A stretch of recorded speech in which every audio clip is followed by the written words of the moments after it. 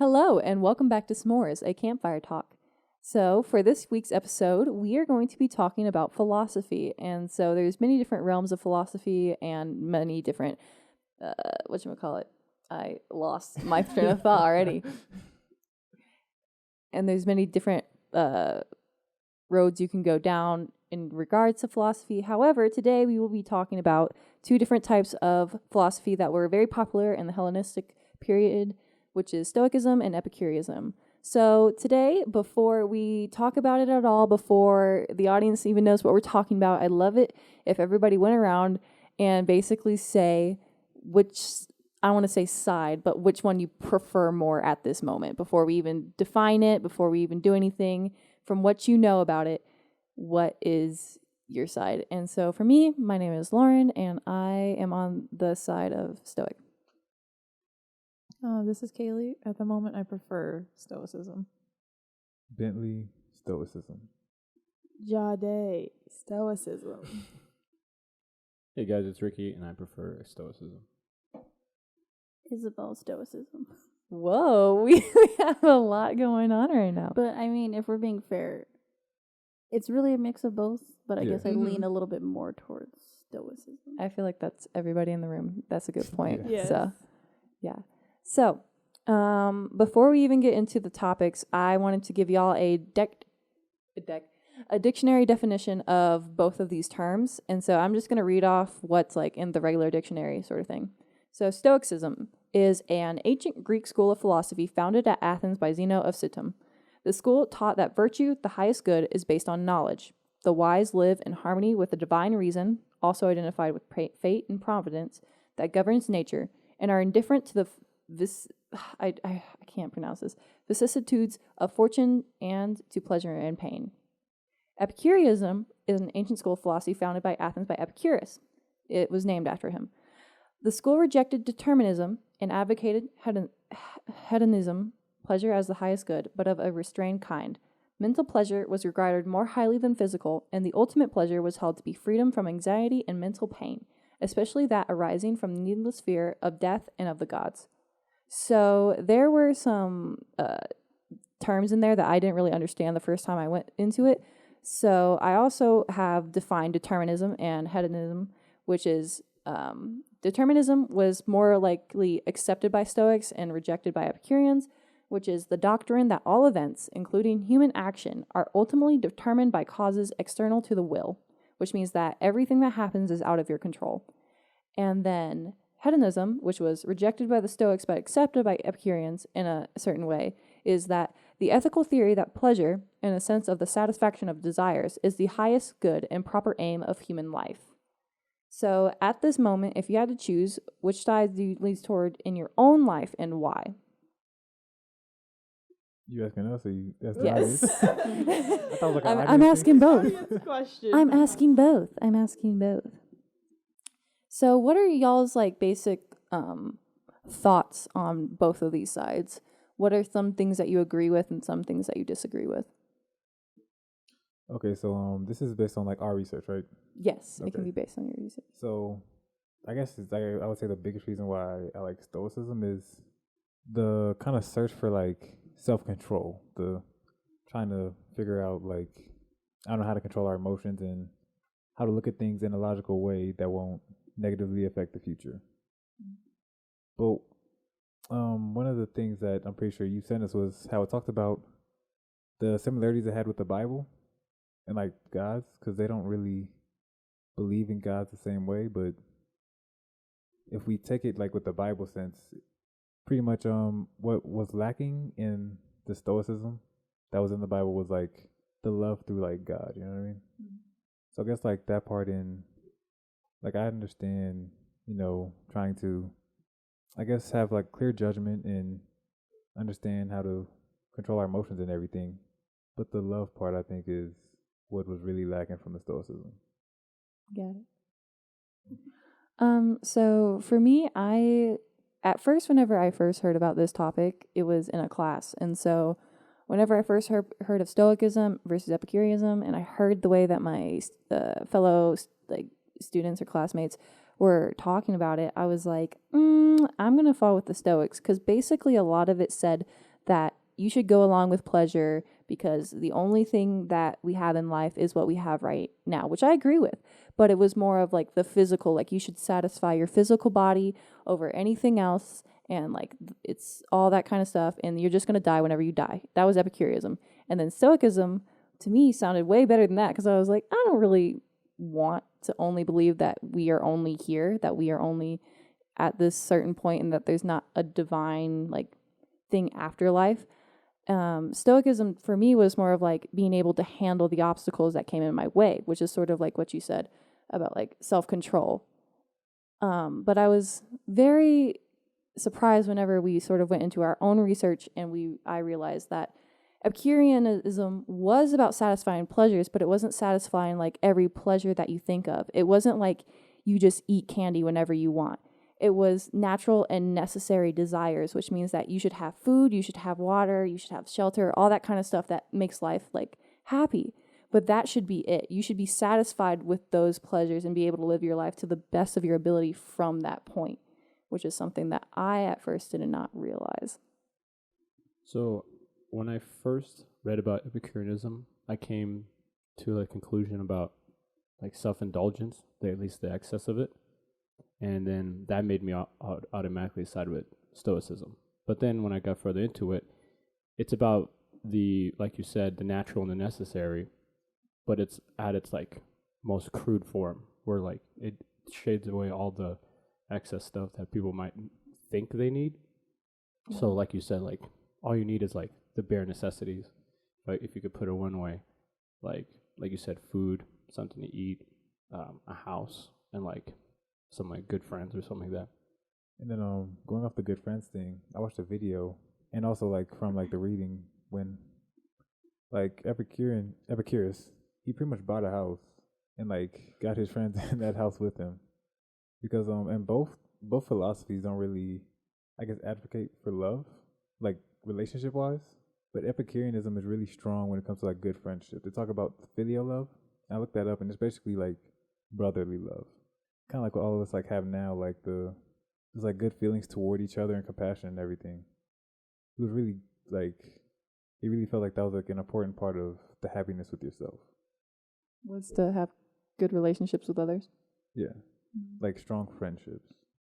I was like, it's interesting because I've heard a lot about that, but the Stoics, one of their biggest issue with Epicureans and friendship was like how like fake it was per se, because I don't know. I read something that Stoics believed in friendship based on certain qualities with one another, sort of like we have the same interests, so we are good friends, while Epicureans believe that we should just treat each other well because I want to be treated well, in a way. So it was like a difference of types of friendship, but maybe I'm wrong. So when I was doing my research to all this, I know I said I go on the side of Stoicism more, but really reading it, I am like really torn between the two of them, because I do agree with Stoicism and stuff, and like a lot of I watched some videos for myself. They had like the 4 like cardinal virtues that they had, which is wisdom, temperance, justice, and courage. I guess like that I relate to a lot, but also what the main problem I had with Stoicism was the whole that everything was like divine in nature. Like it wasn't you. There was like some other power was pretty much like leading everything almost. So that's the other part. That's like what I was like, ooh, about Stoicism. But with Epicureanism, the part that I really liked is they were like, yeah, we're doing this like pretty much not like overly pleasure, but they like we're doing this for ourselves. And there was no fear of God or a fear of like a higher power like kind of leading you along. So which that I also sided with. And I also like the simplistic ideals of Epicureanism, I guess, where it's pretty much like you have your basic needs. Like their main 3 things was, of course, the need of friendships. The second was that like they didn't want to pretty much like the whole thing with Epicureanism.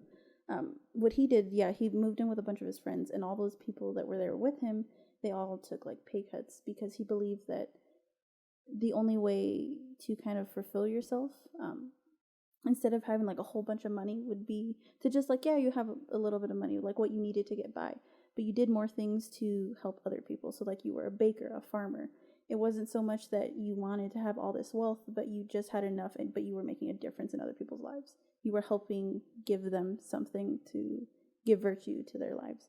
And then the third thing was I liked about the Epicureanism was that they weren't really obsessed with luxury. And like he thought that why people wanted luxury so bad, such as like nice houses or like a great view from wherever they were, he thought that that was to bring, that people thought that that's what brought like calmness to their lives.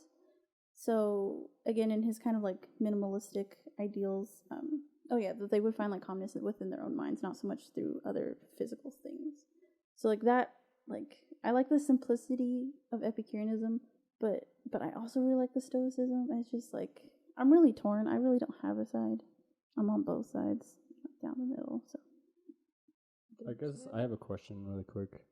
Is there anybody in this room that's not torn between the two? They're kind of like set on one side. I think I'm more Stoicism. And one thing that Isabel kind of mentioned with the Stoicism, and I guess like a problem, which I have the same problem, but the kind of like the divineness or whatever, like everything's for like a purpose. So like, since they kind of believe in determinism, some philosophers took it to a point where basically it felt like the Adjustment Bureau. If you haven't seen that movie, it's pretty much like everybody lives their lives normally, but it has to be according to a plan. So if you're off the plan, the Adjustment Bureau comes in and they make adjustments so that you follow the plan. Pretty much the determinism felt like where we don't have free will because everything is a part of the plan. So that part I was like, nah, I'm not really feeling that. So some key ideas of Stoicism is a strong sense of duty, mainly to the people and one another, a development of self-control as a way to overcome destructive emotions. Unlike the definition that we think of today, like that man is stoic, it doesn't mean to like kill off emotion, but to handle your emotion, sort of like the self-control. They are free from pleasure because of reason. Everything is predetermined by a divine force. Living justly and virtuously is the highest good that one can experience, and they live in accordance with nature, emphasizing living in agreement with what happens rather than rebelling against and lamenting what we cannot change. And so some key ideas of Epicureanism is we can be happy like the gods if we live free of anxiety, especially the fear of death and the fear of the gods, and satisfy our basic desires. They also say that we do not know anything but the now and that we do not exist after death. So they were believers in the atoms theory, that everything is made up of atoms before, we figured that out. There is no divine force governing our actions, and you should live your life according to your own pleasures, but the pleasures that we seek should not be excessive because of the pain that tends to be the flip side of profound pleasure, which means that if you have pleasure in money and then you lose all of it, that is also pain. So too much pleasure is not good. If you should avoid hardship or anything that takes away from pleasure, and living very simply and having strong relationships is a key part of their ideas. But both of these philosophies' end goals is to obtain happiness. So I think that some of these qualities of each side have opposing ideals in a way, and how they tackle the subject. So I'd like to sort of start off with asking, which part of this do you believe, so I'm going to go down a list of different qualities and see which one you agree with more or what you don't agree with, sort of thing. So first off, pleasure versus duty. How do you handle pleasure, and do you have a duty to the people? So I guess in like my thinking, I let whatever pleasure comes, good or bad. Not bad because pleasure, but like no matter Bad pleasures, pain. But like no matter like what level, I usually just like accept it, unless like I know it's gonna cause like bad repercussions. Mm. But usually, I just kind of let it happen. Do you have a duty to the people? I would say in a way, as humans, we do kind of have a duty to people. As in like, a duty to teach if you know more. Or like, through the generations and everything, we pass down knowledge. So in a sense, you could say like that's our duty. For me, like handling pleasure, it's more of like I want to be rational before I go into like certain pleasures. But for things like food and water, of course, I think that every human has that right to have pleasure in that way. And for me, a duty to the people is sort of like, we touched on this before, which is if you have something that you can give to people, like a gift or knowledge or a talent or charity, money to help others, I feel like that is your duty to be able to help those other people. So yes, you do have some sort of duty in some kind of way to help the people around you. I can answer the second question, but I'm gonna have to think about the first one, okay? But agreeing with like you and Bentley about like having a duty to people, like I think that it is like our job or whatever, or our, like the meaning of life basically. We're gonna teach other people or teach younger people because we're a generation, obviously. What are we? Gen Z? We're Gen Z, and then we're gonna have to grow up and then teach to the younger Gen, the younger Gen Z. And that's kind of our duty in life, to help them, or to help even people now, I guess. Who's next? Like, if I were to take the question, like, how do you handle pleasure at face value, I would say not very well. Like, because, like, I rationally, right, I know the consequences of, like, having too much pleasure, like, oh, let me eat a cake before this workout or something to that effect. But it doesn't mean I'm good at, like, not doing that thing, you know, at sometimes. So I will say I kind of do that in some senses too, because I meant like pretty much, you know, if I know the repercussions, such as, you know, eating a cake before a workout, I know I'm probably gonna throw up, or I'm just gonna have a bad workout or whatever. Usually, it's never that extreme if I can help it, but I do kind of slip up willingly, depending on how I feel. in a way, I think that goes with both, like, Epicureanism and Stoicism. Because it's like, the Epicurists were like, yeah, you can have pleasure, but you don't want too much pleasure because long term it could be bad for you. Or, like, in the future, this could cause more pain than pleasure. So not eating a cake, as an example, would probably go along with Epicureanism and Stoicism, I think, because it's like, this is the virtue of, like, not doing this thing because in the future it's not going to end well. Pleasure isn't my friend. Is not your friend? No, pleasure is not my friend.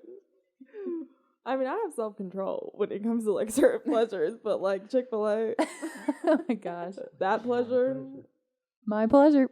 exactly my pleasure. Sometimes you just get addicted to pleasure. Or sometimes you hate pleasure. Like, sometimes I hate it. Like, no, go away. I do feel like, yeah, like certain pleasures can get ahead of us, especially in the modern world. Like, because, yeah, as I said before, I thought Epicureanism was a lot like pleasure, pleasure, pleasure. And so, like, having too much of something can cause pain later on whenever you can't get out of that pleasure in a way. I think, like, for example, like if you're on your phone all the time, or you like eating a certain food, or you like drinking something all the time, and then without it, you don't feel that pleasure, it's sort of bad for you. That pleasure has turned into pain. Yeah, because then you might find pleasure in something worse. And then you're addicted to something else. Skadoosh. So with pleasure, I do side on the side of Stoicism, where you have to control it. Food, the basic necessities, things are natural and necessary, are good. Water's good for you, food's good for you, shelter's good for you. But the pleasure part, you can have an excess amount. So you can overindulge on, like, food. Rather than eating what you just need, you splurge on something a little bit more fancy. Although it might not be like caviar or whatever, but it's a little bit more expensive than what you really just need. So as far as, like, pleasure, I do believe, like, on the Stoicism side, where you have to control your emotions, that part, and only get what you need. Same with the house. You don't need, like, a mansion or even a 2-story bedroom if you have 2 people. You just need a small apartment if you wanted to.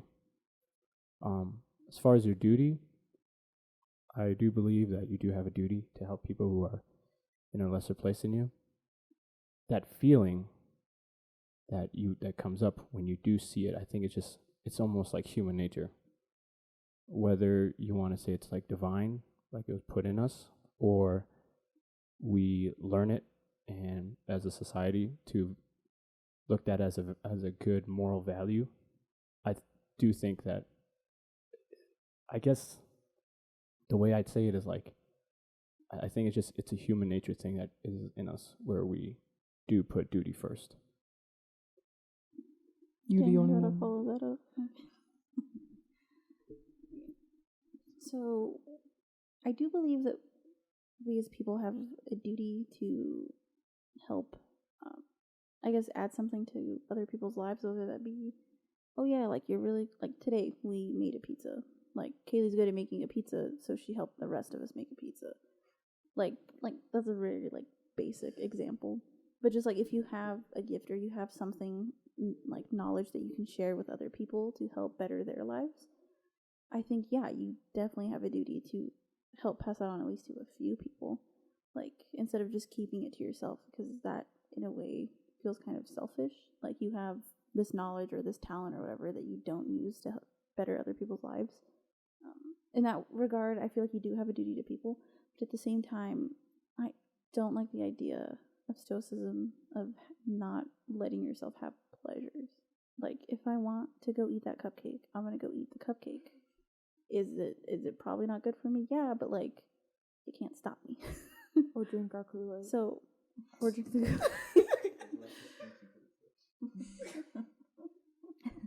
but yeah, I think having pleasures in small doses, or at least being able to have restraint on them, is a good way to deal with them. Like, of course, you can't have the cupcake like every meal of every day for the next like 3 months. Like, that obviously is not going to end well. But I think you should be able to indulge every once in a while.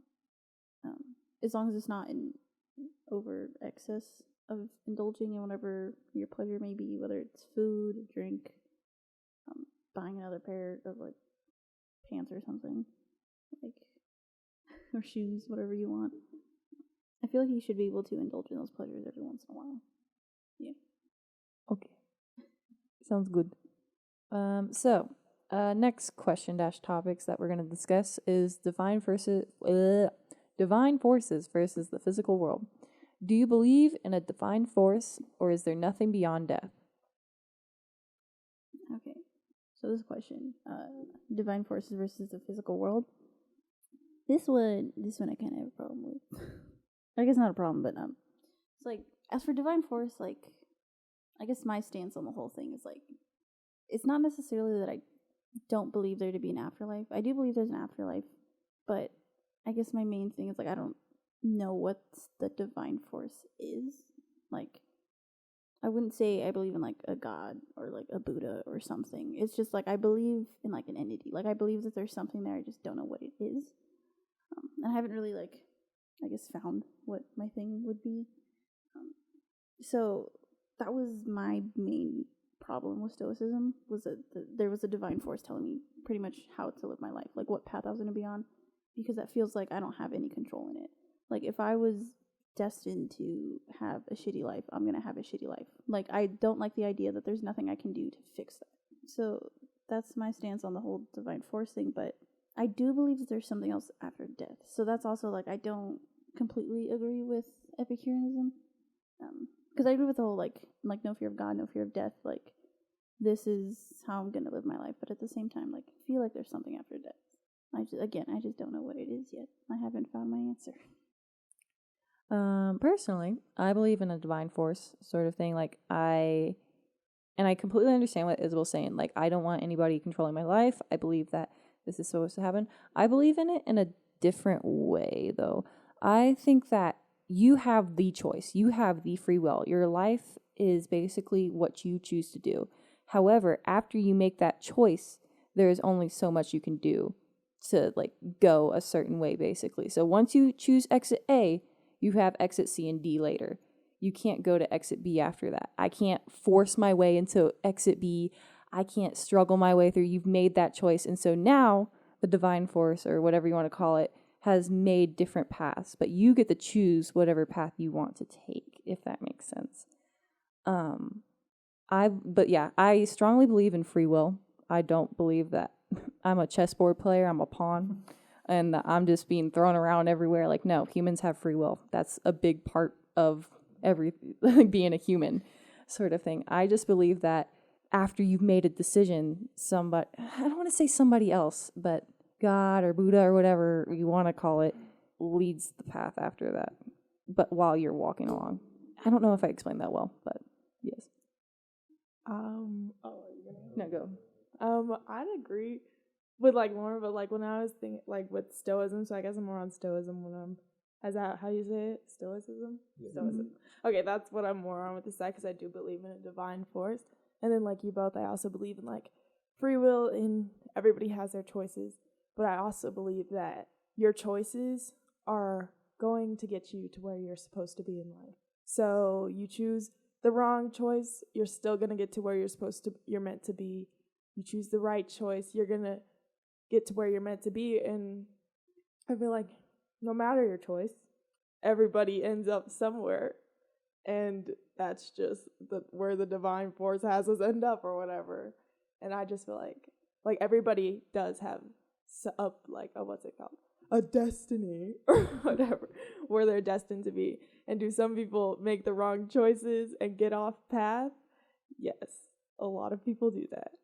But like, we don't know. Like, we don't know where we're gonna end up. So that's why that's where I kind of like agree with like living in the now, because it's like we can't tell the future. We don't know that that's our path, because like no one can say right now like, oh, that's my path. I know that's my path. I hate it. Because we don't know what's going to happen. Like, we don't even know if there's a tomorrow that exists. So, yeah, that's my opinion. I agree with that. Okay, so like, yeah, I agree with that a lot. And basically, how I see it, which kind of goes off what Jade was saying, but as an example, think of a video game.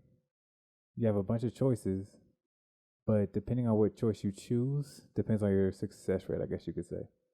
So like we have a destiny, and like we all have gifts and everything, and if you flow in your gift and work through that, then you have a higher success rate than if you were to choose a different path. So like you can still choose a different like way and everything and be okay, but you will find, I guess, the most happiness or the most success, whatever you want to call it, through the path made for you. And kind of like going off kind of what Isabel said earlier, like if God or whoever or the universe said like, oh, I'm going to have a shitty life, I can change that. I don't really believe that that would be an option. Like that would be chosen for you. Like I feel like everything is supposed to be for like the greater good, I guess you could say. Whether something bad happens or whatever, like kind of more on the Stoic side, like kind of being able to rationally see everything that happens and change like your thoughts about it, I guess, towards a higher cause, I guess. Yeah, because I think your mind like definitely plays a big factor in how you see your life or whatever, or the path that you're going. If you can change your thoughts, you can change everything. Mm-hmm. And so obviously, I believe that there's something after death. Oh yeah, me too. I forgot that question. Me too. Of course I believe that. Yes, I believe in something after death because I don't believe, like Epicureanism, like the physical world is all that there is and that we're just atoms.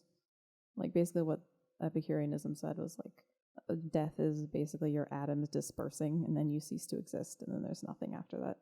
And I think we're more than atoms. Like I think we're more than a meat suit, I guess you could say.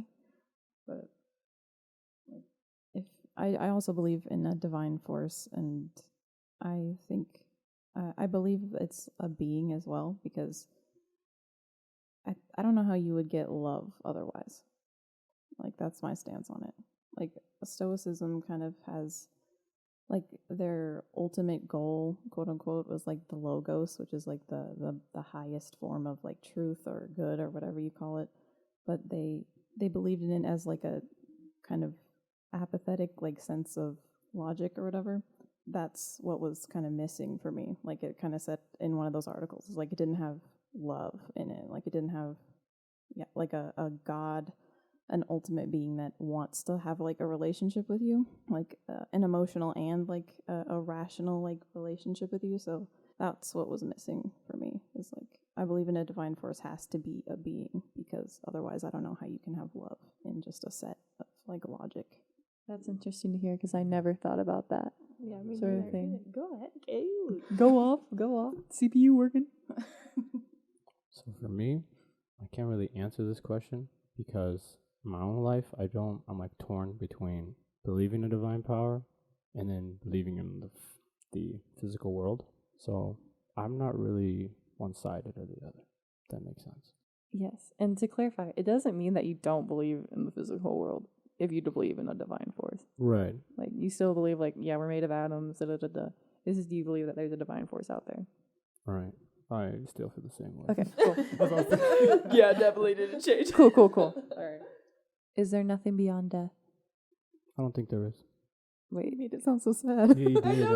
Why I was does like, it make me sound damn. so sad? you don't think there's What, is anything you beyond good? death? No. Okay. No. So my conflict with that is, I don't know, I feel like we in a way have a purpose. So we can't be made to have a purpose and then be nothing afterwards, you know? Alrighty. So, next question. Suffering. How do you handle suffering, and is there a purpose to suffering?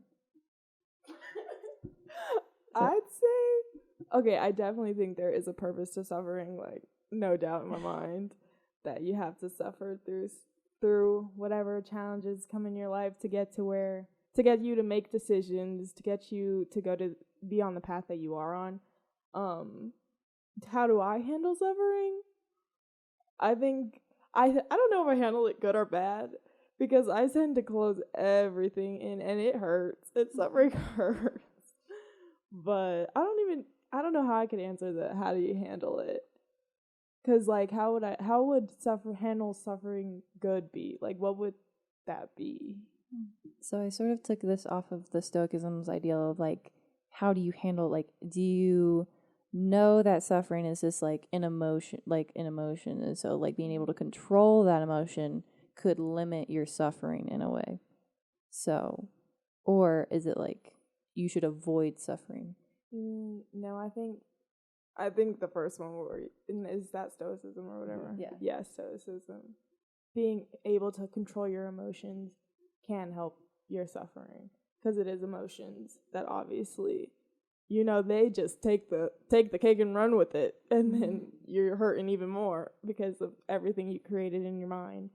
But I don't think you should avoid suffering, because then it gets worse and worse, and it's like an annoying object that just keeps coming around if you avoid it.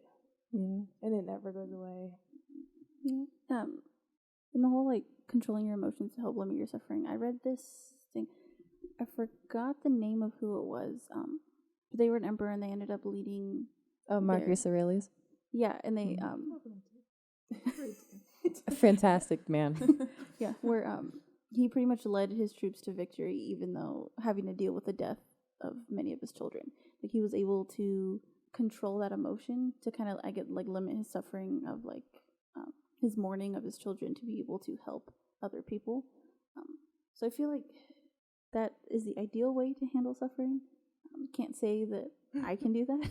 Yeah, but me neither. yeah, but looking at that example, I think that would be, I guess, the ideal of, like, controlling your suffering. Like, you're able to have such a good grasp on your emotions, that even though you're mourning, even though you're sad, you are still able to help others and, like, help fulfill your purpose, even through all those emotions. Okay, so yes, I do believe suffering has a purpose. And recently I kind of found, like, an internal answer, I guess, that kind of had to do with that. But pretty much, like, I do try to go more on the Stoic side of it, because I believe in creating your own reality. So whatever suffering you go through is for, like, a bigger purpose. And depending on, like, what you do go through, whether it's not necessarily the, like, improving types, well, I guess every type of suffering, I guess you could say, is improving. Like, you go through it and then you find out, I guess, why, and then you can prevent it from happening again. So, like, when it comes to, I guess, creating your own reality, anything that happens in your life, whether emotional, like, whatever emotions you feel, I feel like it's best to, like, kind of deal with your emotions however you deal with it, and then kind of analyze it in a sense of why did this happen? Why do I feel this way? Kind of like deals. And then you can move forward as in, okay, now I understand, or you can find your answer through that instead of sitting in the emotion. So, for my opinion on suffering, of course, there's a purpose. Why would it exist if there wasn't a purpose for it? But with sort of like handling suffering, I feel like everybody idealizes like being able to control your emotions and be able to like handle it like a champ. But I think that philosophies in a way is sort of like what you aspire to be almost. Like philosophy is a way to guide your way through life. If you think about it, like religion is a philosophy. You try to live according to what they say. It doesn't have to be like a utmost, you do everything that they say sort of thing, or everything that it believes. So how you handle suffering is like, I like to think that I handle it rationally at first, and then my irrational human desires like just go to town. And it's like, because yeah, it's sort of like suffering, like you want to be loved though. That's an emotion. You want to be loved. So it's sort of like if you have more love, will you suffer more because of it? But, okay. I feel like you will. But like, well, I think like, yeah, you should control your emotions. That's an ideal place to be, obviously. But I do think you should also feel what you feel, because it also is a little like dangerous to control every emotion. I think there's a purpose to suffering if you make a purpose to suffering. People can go through incredible suffering things and come out the same person.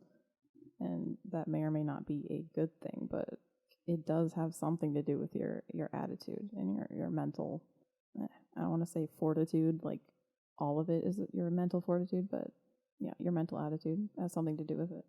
Yeah, I think there's a purpose to it, because it's like, I don't know what kind of purpose there is to it a lot. It's easy to say there's a purpose to it, and then when you're in the midst of it, it's like, why is this happening to me? Like, why? like what is the reason for this? Like, it's so easy to ask that like when you're hurting. You could say like, I mean, you wouldn't be the way you are without suffering, and you also wouldn't be the way you are without suffering, if that makes sense. Yeah. So it has a purpose, but I don't know if you can know the whole purpose of it sometimes. Yeah, I feel like with suffering, you're gonna keep going through the same thing until you understand the purpose or whatever. Mm-hmm. Like, you're gonna keep, you're like, why do I keep going through the same thing? Maybe because you're in the same mindset when you go through it, and you're looking for the same thing, and you're not seeing the other side. So, yeah. And it was what, Epictetus? That's his name? Yeah. Okay, is it Epicurus or Epictetus? Because Epictetus from Stoicism. yeah. Okay. Yeah. So like, Those hard consonants. Stoicism. like I'm damn. just like, bruh, like why your name so close? For real though. Pretty much like kind of what you said. He pretty much said it's not about what you go through. It's pretty much about how you look at what happened. So he chose the kind of like unemotional route to be able to change his fate, I guess, or like to keep moving instead of like operating through emotion. Yeah, that kind of reminds me of like this quote that I found from him. For Epictetus is what was it? It's like, we suffer not from the events in our lives, but from our judgment about them. So yeah, so I think that that goes with the whole kind of what Jade and Kaylee said about going through suffering. It only helps you, and it's only worth it if you yourself want to change from it. Like if you want to better yourself from that suffering. It's kind of like, but then again, you don't really know what, like in the midst of it, you don't know why you're going through it. And it's kind of like you have 20/20 vision in hindsight. Like after you've already gone through it and you're out of it, you're like, oh, well, that was why. And it's kind of hard to, I guess, see why you're going through it. And I guess like in a way, it's kind of why I like Stoicism, because a lot of it is based on kind of like knowledge and like what you learn as you keep moving. So as you go through suffering, you can like, I feel like it helps you recognize suffering faster. As I'm like, okay, this is uncomfortable or whatever. I don't like this, or this is causing pain, or it's a problem. How can I shift, or how can I operate in a certain way to better my outcome. So my mind automatically went through, I guess mine was a little bit more in general, like you're in a third world country and your village or town's occupied by a warlord, and he goes out and just chops people for no reason. Like, I guess my question is, like, what is the purpose of me going and getting my limbs chopped off for? Like, am I supposed to, like, is my purpose to show other people that this is happening and this man needs to be stopped? Is my purpose to be sacrificed? Or, like, I guess, like, that's what my mind went to. I mean, me personally, like, that happened in my country, so I'm like, what is their purpose of those people going through that? I guess my mind's stuck on that example. And I'm hearing everything you're saying, and they're great. I just can't shake my mind off of that. Like, I guess if you want to say, like, is their purpose more of a divine one? I guess, I don't know. Okay, so going off what you said, I kind of do believe there is a purpose in sacrifice. For example, you could say MLK or whatever. Like when he died, like, things go down, like people like start to move when certain things happen. The purpose of you saying that could be so you can go back and help. You know what I mean? Like it caused something in you. So the purpose wasn't necessarily for them, but for someone else. You know what I mean? I'm not saying that is the purpose. I'm just like, maybe it was for someone else to like see that and, this has to change. I think that like starts to tie into like the fate thing. It's like you have a purpose beyond your immediate control. And it's like if something happens to you, then in a way, like you're asking like, who is it for? Like somebody else dying could be for you to change you in a way so you can choose to be better. Like if that's purpose, then like that's pretty crazy. Yeah. That was like my whole problem with the whole divine force thing. Like if I was that person, I wouldn't like that or I guess later finding out in like the afterlife or whatever it is. I guess I wouldn't like finding out that like my whole purpose in my life was to be that person that died. Like I don't like that I wouldn't have the choice in the matter to be able to change that. Like I get what you guys are saying, like, oh yeah, my whole like so that way to help someone else, but like I don't know. But just being in the position of that person, I don't know if I like that someone else put me there. Okay, so like thinking maybe like one of us could be like that person or whatever that has to die for others.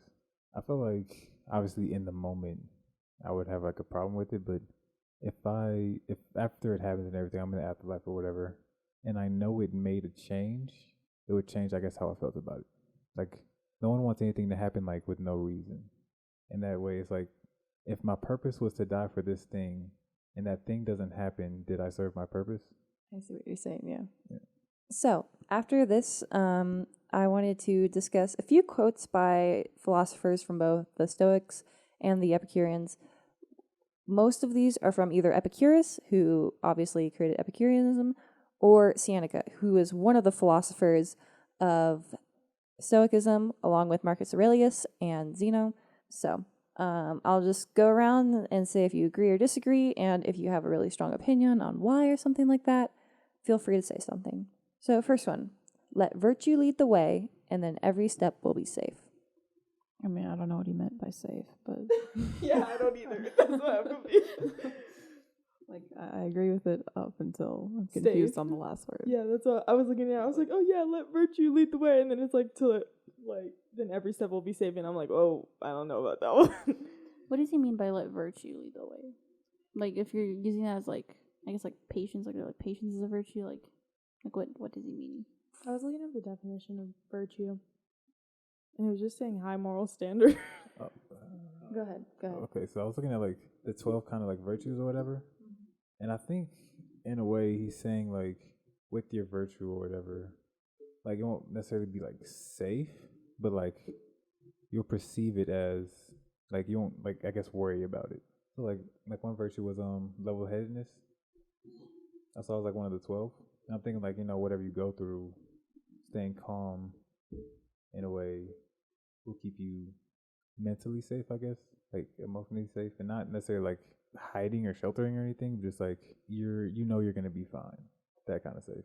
Also, there's a quote from Seneca that kind of goes along with that, where it says, "If a man does not know what port he is steering, no wind is favorable." I mean, it kind of makes sense. It's like if you know where you're going because of what you believe, then I think they're saying like you can be sure of where you're going. It might not be safe, but at least, I don't know, at least you know where you're stepping, even if you are stepping into like the abyss. Yeah, like you won't get I feel led astray from your plans. So I sort of took safe as like every step was accounted for. Sort of like let virtue lead the way, then every step will be safe. Virtue and like how Stoics thought of living a just life was a lot about like how you help others, and so as you help others, your path will like sort of open itself up for you. That was my opinion on the quote. Agree.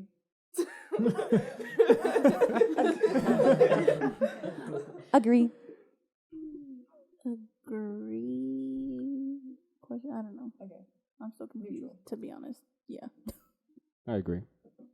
So this kind of makes me think of Psalms 23, where it says, "Yea, though I walk through the valley of the shadow of death, I shall fear no evil." It's a good one. It's a good one. I mean, it sucks, but it's a good one. Yeah. It's like even though you go through something, like you know you're safe, kind of thing. So agree. Agree. Next question. Quote, "Death, therefore, is most awful of evils and is nothing to us, seeing that when we are, death is not come, and when death is come, we are not." Epicurus. I mess with that. Yeah. I'm gonna be honest with you. I mess with that. I agree with almost everything that except whenever death has come, we are not.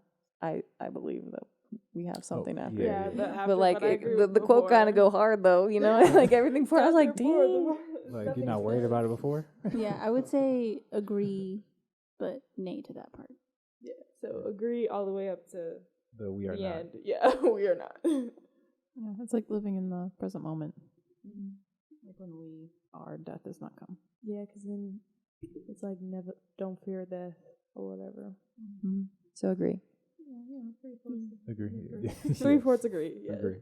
Next quote. "True happiness is to enjoy the present without anxious dependence upon the future, not to amuse ourselves with either hopes or fears, but to rest satisfied with what we have, which is sufficient, for that he that is so wants nothing." Seneca. I kind of agree with that. Like in a way of you should be happy like with what you have and everything, even though like you may want more, whatever. You still have to like have a level of like satisfaction with what like you have and like who you are. I guess you could say. I don't know. There's something in me that's like, if we're satisfied with what we have, how can we get better? Basically. The kind of agree kind of comes from I disagree with the wants nothing. I guess you could say. I agree, like my kind of agree is like or enjoying the present or like kind of living in the present or whatever, but the like being satisfied with the present, I guess I don't really agree with that because like Kaylee said, how are you gonna get better if you're just staying unsatisfied? To counter that, I guess, in a way, I agree with what you'll say, but I do believe that we don't know the future. Like right now we don't really have the future. We have only the present. So being satisfied with what you have in the present, like sort of gives you true happiness, because you could wish for something 2 years from now, but then if you never really achieved it because you died like a year ago, are you still happy? Like, why is that dependent on your happiness? Yeah. Your happiness. Yeah. So I do agree with like you have to be satisfied in the present moment in order to get what you want later. Because I don't think happiness isn't determined exactly by everything that you want. Happiness comes from within, with what you have. Yeah, so I guess I agree with that because like instead of like being like satisfied, I would change the word being comfort in like the present.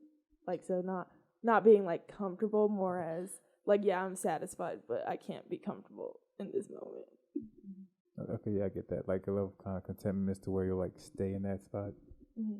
And like I do agree with what you said, because in a way I kind of think of if you're always like chasing something, you will always be chasing something. You have to kind of stop and like enjoy what you have, enjoy what you got at least. I agree with what Lauren said, so I guess I agree with the same. I was confused until Lauren's explanation, and then I was like, okay, I got it. Okay, I got it. So agree. Agree. Agree. Agree. I think by that definition, I mostly agree. Yeah. This whole podcast should be named Isabel Confused for an hour and a half. That's my mind right now. It's like that. Okay. Next quote. Do not spoil what you have by desiring what you have not. Remember that what you have now was once among the things you only hoped for. Epicurus. I think that kind of goes with the previous quote. Like hand in hand with that. So I agree. Yeah, agree. I agree too. Agree. Agree. Kind of. Yeah. Alrighty. Next quote. Difficulties strengthen the mind as labor does the body. Yeah, go. Agree. Agree. Agree. Agree. It's like asterisk if you let it. Just like, no, I don't agree. Difficulties don't strengthen my mind. I'm just strong anyways. I've always been strong.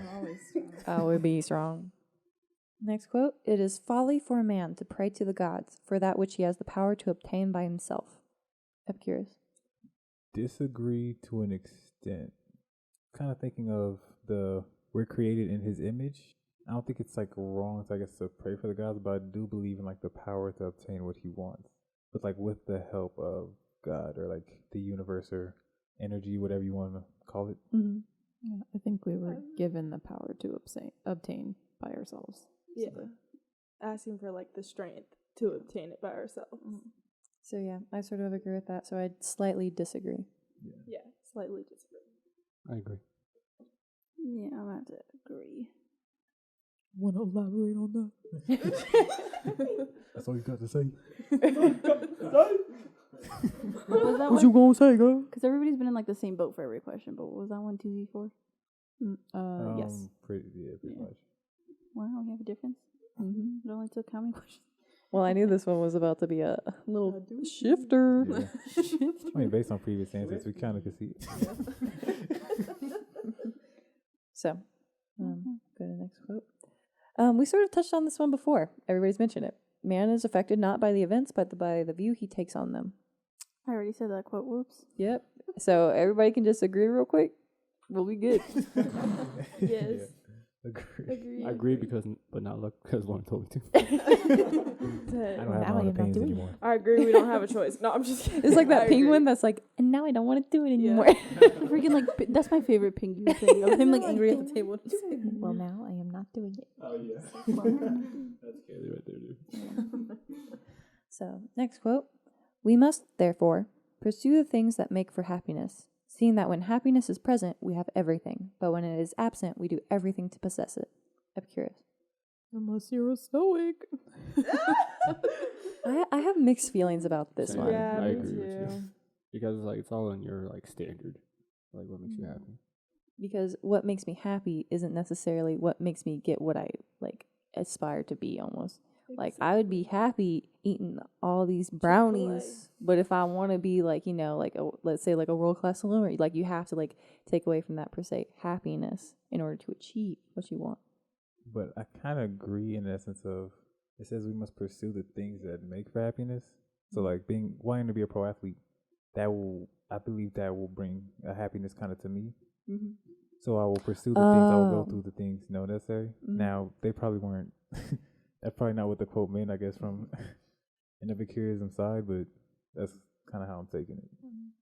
Yeah, it's probably more of what like desire, like your physical desires with Epicureanism, right? Yeah. Okay. I'm like, I'm not going that route. Like I want Chick-fil-A right now because it's gonna make me happy. And the more I see it, like I think I'd have to disagree with this quote because when it is absent, we do everything to possess it. But then why are so many people in this world unhappy? That was, I don't know. I feel mixed about this, but I'd lean slightly more disagree. And I was kind of thinking of other people when I kind of thought about that, but I think they misunderstand happiness in the sense of like, you see people partying and stuff like that, so they're kind of escaping from something to kind of find that happiness. They're kind of like running to it instead of understanding, like, I guess why they don't have it. They're like, what's missing? So I would say their searches, they're like their pursuit is off. I don't have the right to say that exactly. No. Yeah, I get what you're But saying. like- I get what you're like, saying. Yeah, and one thing that was said in Stoicism, like it talked about like Okian or something like that. In a way, I feel like even how I said, like, people might be off on that. You can't blame people because they don't know. Like, they don't operate in, I guess, logos or whatever. Mhm. So you can't blame them for not being in logos. Okay, I get what you're saying. always the Logos side of the sort of. room. Yeah, and like, kind of on you don't know what you don't know. So it can't be your fault if you never knew. So, everybody ready to go around in a circle? Yes, I don't know about that one. I'd say I disagree with that one. I agree. I mostly disagree with that, I think. I slightly disagree. Agree. So we had a mixed bag on that one. Yeah, that was a good one. That was a good one. What did Johnny say? I said I don't know. Oh. Yeah, that one's a hard one. And so here's another quote that I particularly have a mixed feeling about. Time heals what reason cannot. Seneca. And the reason why I feel this way is that, like, people, like, I think Jody touched on this before, like, how much do you have to suffer until you get the point? Like, how much time do you really have to take if you can, like, sort of figure it out by yourself, if that makes sense? Like, if you let time heal it, it could be, like, longer than it needs to be. But like, I feel like that goes against the what reason cannot. You know what I mean? Okay. Yeah, like I saw of it as like more like a person hurting you was like the example I took of it. Like if somebody hurts you, like I can try to reason my way out of it. Like somebody betrays you for some reason or something, you could forever beat yourself up about it till the day you die. Like, why would this person do this to me? Like, why would this happen? Blah, blah, blah. But like some things you just won't know the answer to, especially if they're attached to another person. And I feel like in that way you just have to let it go. In other words, just time will heal it. Yeah. Okay. I didn't think about it that way. Yeah, that's kind of how I took it. That's usually when people use that, like, oh, time heals all wounds. It's kind of usually with relationships. So yeah. So I guess like going off that way, I would agree. Agree. Agreed. Yeah, in that way I agree. I'm still a little bit conflicted. But next, and the last quote, empty is the argument of the philosopher which does not relieve any human suffering. Epicurus. I'm not sure if I understand that. So, like, if your philosophy doesn't help, like, relieve human suffering in any way, then then it's irrelevant. It's empty. Okay. That's how I took it. I think I kind of agree with that. Agree. I don't know. It's kind of like when the Stoics were saying, like, oh, we have friends because they give value to us. Like, they mean something to us. They help us. And Epicureans are like, well, yeah, but also we're just having friends. Like, we love each other. Like, that kind of thing. I don't know. I don't know how I feel. Does not relieve any human suffering. Okay, I can slightly agree with that. I can slightly agree. I'm agree. And like, that kind of makes me question, like, if it's, I guess, not doing anything to help somebody, what is the purpose of philosophy? Yeah, I'd say like the intent would be to help other people, but it doesn't mean you're going to relieve their suffering because they can take any number of views on what you said. You don't really know the effect of what you say, like the effect it could have on other people. It's like you could say something in the intent to help and somebody takes it like really hard or some kind of way. Yeah. The Fire Nation. Stop. Why? What was Because it's kind of like when you say something that somebody doesn't want to hear. You know what I mean? Oh yeah, for sure. I know exactly what you're talking about. Oh yeah, for sure. Oh yeah, it's great times. You need to stop with these Avatar references, Lauren. Yeah. Ricky, agree or I disagree? agree. I agree with Troy's point of view. That's pretty much the way I look at it. Okay, cool. Is there anything else that we would like to discuss about these topics? Anything that we did not really touch on that you want to touch on more? Or anything that you wanted to know about other people's opinions in this group? Yeah, we should. I just want to know where everyone is. Are we at Stoicism? I was about to ask. So, if nobody has anything else, I would like to re-ask the first question that I asked whenever we first started this podcast. Which side do you lean towards, Epicureanism or Stoicism? Now that you have heard both sides of the argument, our different opinions with one another, sort of thing. I personally still agree with a lot of Stoicism. I still agree with, and I think my biggest thing against going on the Epicureanism side is that they don't believe in something else. Like they just believe that we are only here. I feel like that's my barrier from like sort of breaking into the Epicureanism side. I think I lean towards Stoicism, but definitely not like both or like neither, I would say. Just like I choose what I need out of it. I would say stronger Stoicism. I would say like a stronger Stoicism. I would say Stoicism, but it's not like hardcore and concrete. It's like I'd say like grab what you can from both, whatever makes you a better person or whatever helps you make the world better. Yeah, I would say I'm in the middle. I mean, I was in the middle at the beginning, but I think more towards Epicureanism, just in retaliation of Lauren, is I don't like that there's an idea that there's something controlling me. Just to spite Lauren. Just No, to no, make me it's upset. No, I get what you're not saying. out I get of what you're spite, saying. Mother truckers. It's because she hates you. No. I just thought it was funny because I had the idea in my mind, and then you said that, and I was like, in opposition to that, I have the opposite opinion. Like, they said they believed in God, but the gods or whatever were like so far away or whatever, and they're like That they're basically ataraxia. like they don't matter to us. Yeah. And so like our goal was basically to reach that level. Mm-hmm. Well, thank you guys for listening. If you have any opinions or comments down below, which side do you agree with? Are you more on the Epicureanism side or are you more Stoic? Let us know. We thank you for joining in today on our S'mores podcast, and we hope to see you next week. Bye-bye. Yes, See ya stay tuned next for time. Chick-fil-A versus Wendy's. That's not a good combo.